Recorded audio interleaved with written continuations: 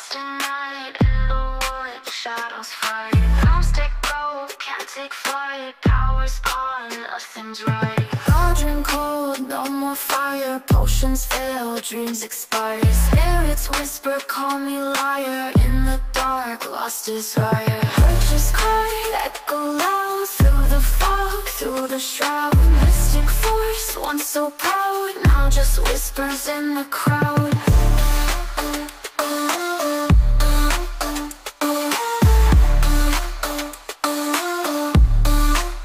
Babalan TV.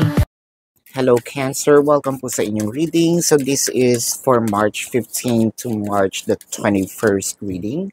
Para po sa mga bago, don't forget to click the subscribe button, smash the like button, comment below kung kayo po ay nakaka-resonate, and hit the notification bell. Kung gusto niyo pong sumali sa ating live sessions, dun po yan sa ating kabilang channel, that is Babaylan TV. No, yan po ang ating unang channel catered for our international audience. So kung gusto niyo pong sumali, you're very much welcome to join the live sessions.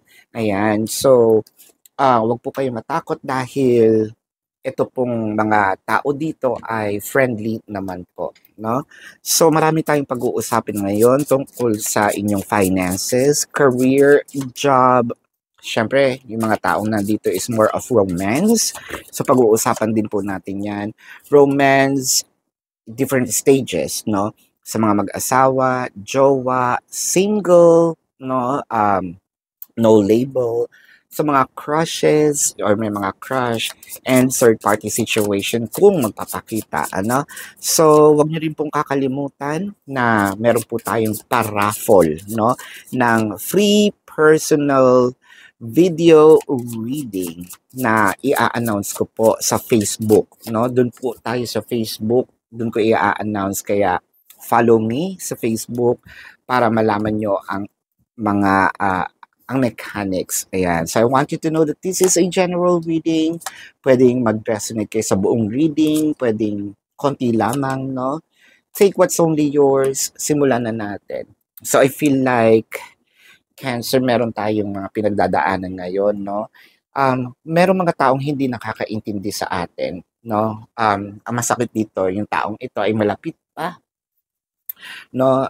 Siguro ito ay tao na mahal natin or sabihin natin, binigyan natin ng tiwala, no? With a Page of Pentacles, bigla mo itong nakita. I feel like someone also betrayed our trust in here, no? Dahil hindi mo man sinaliksik, no? Parang bigla lang napadaan sa'yo or pwedeng may nagsabi sa'yo something about this person did sa online, or it may not be a person. Again, this might be an energy like an event or situation, no? With the Ace of Wands in here, like passionate pa naman tayo dito sa person natin, kaso parang nagising tayo sa katotohanan. With the Fool card in here, parang sinasabi na hindi ko pala kilala or kailangan ko pa pala sigurong kilalanin, no? Kaso nandun na nga yung naibuhos na natin ang ating pagmamahal. So when it comes to finances, ang nangyari dito is parang sabihin natin meron tayong pinahiram na tao, no? Nakita na lang natin na itong taong ito is parang mas passionate siya. Hindi magbayad, no? Nandun yung hashtag feeling blessed. So meron tayong mga tao na siguro pinahiraman ng pera, and then makikita mo itong taong ito is nagbabakasyon, hindi man lang naisip, no? Wala sa katinoan, wala dun sa kanilang huwisyo, no? With the hermit card, hindi man lang na-enlightened, no?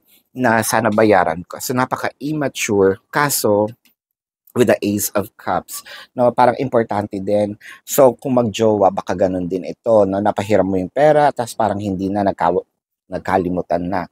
So with your career naman or job, so parang nakita natin dito, gusto ko sanang pumasok sa trabahong yon, kaso either malayo, may conflict, may complications, no, or nagko-conflict sa energy or dun sa time mo.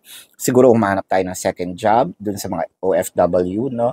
Kaso either malayo or baka magbangga itong tinatawag nating magbangga itong ang mga schedules, no? So, mahanap tayo ng paraan, pero nandito tayo sa ano ba ang pipiliin ko, no? Saan ba ako mas kikitang mabuti? Saan ba ako mas magpo-progress? For a few numbers of you, baka kasi meron din tayong nakita, meron tayong mga kaibigan na nagtatrabaho sa isang company, and then parang naiengganyo tayo mag-apply doon, pero meron kang kasalukuyang pinapasukan, no? Um, Hindi mo tuloy mawari kung, yung loyalty mo ba is nandito, pero paano naman yung loyalty ko sa sarili ko, wherein I need to better myself, or probably I need to, seek for a greener pasture, no? With romance naman, doon sa mga mag-asawa, ang nakikita ko dito, meron tayong nakita or narinig or sinabi sa atin na merong ginagawa itong person natin behind our back na ang sakit-sakit, no? Hindi mo mawari na itong taong ito, parang hindi mo siya kilala. All throughout, alam mo, nakilala mo na ito, pero I feel like merong bagong pumasok with the full card. And I feel like this person took risk, no? Ngayon hindi mo alam ang gagawin kasi bakit nangyari yun? Kasi ang alam namin nagmamahalan kami. Ang alam ko mahal niya ako. Ako sure ako mahal ko siya. Pero ngayon, bakit parang someone, no, this person betrayed me, no? Doon naman sa mga magjojowa, I feel like the same, no? Bakit merong mga information ngayon na lumalabas na either siguro may anak na or what have you, no, na parang sinasabi na itong relationship na ito ay hindi genuine, no? Merong mga lihim na itinatago. Sa single naman, so I feel like iba ang reading ng singles. Cause singles naman, I feel like meron tayo na meet online, um, pero parang pinag-iisipan natin kung makikipag-meet tayo, no? Or may dadating sa buhay natin. Medyo pag-iisipan natin kasi merong age gap, no? This might be a May-December love affair. It might not be, baka konti lang din yung gap, no? Or sabihin natin, if we're not talking about the numbers, we might be talking the maturity, no? Yung isa mature, yung isa hindi, or this could be an LGBTQIA plus community, no? Na parang, totoo ba na nai-inlove na ako dito sa, um, let's say, same, no? Sex, but different sexual orientation or sexual preference, no? Um, when it comes to the third party situation, ang nakikita ko dito, bigla mo na lang nakita na parang nabalitaan na may nangyayari na pala behind your back. Chances are, no, hindi mo inakala. Siguro malapit itong taong to na parang nang-ahas. And I feel like with the Ace of Wands, may nangyari na. Hindi mo akalain na itong senaryo na ito ay dadating sa iyo. No? Masakit, anong gagawin mo? Kasi mahal mo yung tao pero nasasaktan ka. So you're caught up in between. You're probably sitting on a fence na hindi mo alam kung anong gagawin natin. We might be stuck in a situation, no? With the High Priestess, the Six of Pentacles, the Chariot, the Page of Wands, and the Nine of Wands. So ang nakikita natin dito, itong energy na ito, so nandito tayo, tinitimbang natin. Siguro iniisip natin, ibigay ko ba yung binibigay niya rin sa akin? No? Or are we going to surpass all the challenges in here with the Page of Wands? So naghahanap ako ng solusyon. So probably madami kong kinakausap ngayon, no? Para makapagbigay sa akin ng enlightenment. And that's also why the Page of Pentacles in here, wherein you're searching for an answer, and probably that's the reason why you are watching, tarot reading, is to seek all the possibilities or seek for an options or answers, no, that might alter your needs when it comes to sabihin nating seeking your own enlightenment, no? Mahirap din kasi sinasarili ang mga problema, lalo na kung meron ka mga parang feeling mo walang tao nakaka-relate sa'yo, no?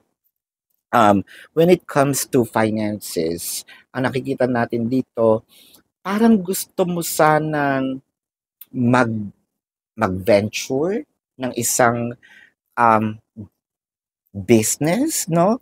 or kumuha nga ng pangalawang trabaho, nalalayuan, or sabihin natin, kasi pag simulan ko 'tong business na ito, ibig sabihin either kailangan kong lumipat, either lumipat ng place, lumipat ng company, or kailangan kong mamili in between the business kasi it's demanding, no? Time consuming, and I need to be there. The page of wands gusto kong simulan pero tinitimbang ko pa, naghahanap ako ng mga kumbaga sasagot sa mga katanungan ko, no? For career or job, ang nakikita natin dito, medyo tinitignan natin, binabalanse natin kung dapat ba nating sabihing patulan, bigyan ng pansin, kinakailangan ko na bang umalis, kinakailangan ko bang lumipat ng department, magpalipat ng department, no? So pinag-aaralan ko, and what I am seeing in here is with the Nine of Wands, I also feel like there's portal in here that would open for you to not to feel this way, and para at least hindi man masagot or ma-heal, no? But I feel like, healing takes time. So hindi naman agad kinabukasan na ay wala na akong nararamdaman unless sobrang tagal na, no? So ibig sabihin mamamanhid na. Now, when it comes to relationship, sa buhay mag-asawa, probably you're still you don't know what to do. You're juggling things. Siguro there are chances na binibigay mo pa rin ang mga pagmamahal, no, na ginagawa mo. So nothing changes kahit na medyo nasasaktan tayo. So totoo ba nagpapakamartir tayo kasi siguro may anak na, or baka may edad na tayo with the Chariot in here. Sana malagpasan ang problema. This is your prayer, no? So nagdadasal tayo na sana malagpasan, kaya tayo nandito, probably watching tarot reading with the Nine of Wands in here. Sana kumbaga ma-release, no, itong negativities na bumabalot dito sa inyong pagsasama. And from what I am seeing, probably you might be seeking for some spell works, no, na probably makapag-release ng energy to para makaluwag-luwag man lang, no, dito po sa inyong mga pinagdadaanan, na suliranin, no. So kung magjowa naman ang nakikita ko dito, dapat ko na ba, no, dapat na ba kami mag-live-in, dapat na ba akong tumira sa kanila, or dapat na ba siyang tumira sa akin, no? Parang you're testing the waters in here with the Page of Wands. So siguro minsan ang nangyayari is yung mga pagpadalaw-dalaw, nangyayari ay minsan siguro ay ginagabi, dun muna matutulog, and then yun nga, parang inuunti-unti, no? For singles, ang nakikita ko dito, dapat na ba akong ma-in love? Dapat ko na bang ibigay? Kasi parang feeling ko nagsisimula na rin, no? Nagsisimula na rin tanggapin ko, lalo na sa LGBTQIA+. Itong relasyon na ito, wala namang masama dahil with the Page of Wands, nakikita ko ang future ko. And probably itong taong to is, kaming dalawa, no, masusurpass namin ang mga challenges na nangyayari sa mga buhay-buhay namin. What I also seeing in here, no, kung ito'y third party situation, I feel like bigla na lang mawawala with the Six of Pentacles, kasi parang bigla na lang ibibigay sa iyo kung ano man yung reciprocation, no, nitong romance na or intensity na ibinibigay mo. Bigla na lang din maglalaho, mauubos, no, malulusaw ang third party situation. And I feel like with the Nine of Wands, ito na yung portal na para with the Page of Wands in here, nagsisimula na wherein makapagbagong buhay, no? Yes, I know there might be some situations in here na hindi natin kinakaya, no, we're dragging ourselves, masakit sa puso, and siguro medyo ang hirap ihinga, no? Damang-dama ko yung somehow medyo feeling natin pagkatalo, pero kung ano man ito, bigla na lang din siyang mawawala. Yes, katulad ng sinabi ko, there might be some healing in here, hindi agad mawawala yung nangyari, o hindi agad mawawala yung pain, pero mawawala yung sitwasyon for you to parang nandun yung learnings, 'di ba? Maghihil yung sugat, pero yung peklat nandoon. And it will always reminds you of there's a situation in your life, no, na na-surpass mo. So, and that is also that scar symbolizes your resilience, no, in this situation. So gusto ko lang pong ipaalala sa inyo na doon po sa ating Babaylan TV, yun po ang ating unang channel na nagki-cater sa international audience at doon po tayo nagla-live. So pwede kayong sumali at para makapagtanong kayo. So free naman po siya, no? Kung hindi niyo po naaabutan, pwede kayong magtanong dito as long as the comment sa comment section, as long as the question is answerable by yes or no. Pero kung hindi po kayo papatulugin ng yes or no na sagot, dumiretso na po kayo doon sa ating website. Sa description box ng video po na ito, there is a link. Click the link, you will be routed to the website. Nandun po yung name, number, QR code. Nandun din po ang amount per question. No, take advantage of the 4 questions plus 1 dahil discounted po yun. And if you want to book a private reading, nandun din po siya. No? So, speaking of private reading, huwag niyo pong kalimutan na magpaparaffle po tayo, no, within this month kasi birth month ko po ngayon. Kakatapos lang ng birthday ko. Thank you for the greetings. Sa Facebook ko po i-announce at doon ko po i-announce din yung mechanics at kung sino ang mananalo, no? So don't forget na nandun po sa Facebook ang ating announcement and mechanics na aking i-release within the week. So abangan nyo po, no? Tingnan natin yung iba pang cards. I wish we could be together forever. I feel like kahit ano man yung nangyayari ngayon, meron kasi ding iba na rin kasi yung pinagsamahan ninyo, no? Meron na rin, kumbaga, yung investment. And I feel like your person is not also going to throw away this relationship ng ganun-ganun na lang, no? I'm seeing that your person is going to also parang bibigyan ng halaga, no, ito mga napagdaanan natin at ang mga investments natin kasi hindi lang din naman ikaw ang nag-invest for some, one moment in time, no, na nag-invest din naman sila ng time and energy sa iyo. Let's check or get some messages from the universe. Have more faith in yourself. Be proud of how you are navigating every curveball that life throws at you. So ito yung sinasabi na dapat maniwala tayo sa sarili natin. Lalo na ngayon na medyo sinasabi natin sa sarili natin na hindi na natin kaya o napapagod na tayo. Diyos ko, no, madami na tayong pinagdaanan at lahat yun nalagpasan natin. Ano pa ba ang hindi natin kayang lagpasan, no? How you deal with those times shows that your true inner resilience. I just mentioned resiliency kanina, no? So I think that this message is really for you, lalo na sa may mga pinagdadaan ng mabibigat ngayon. Nothing can break that. That in itself is an inspiration for others. Keep shining your light.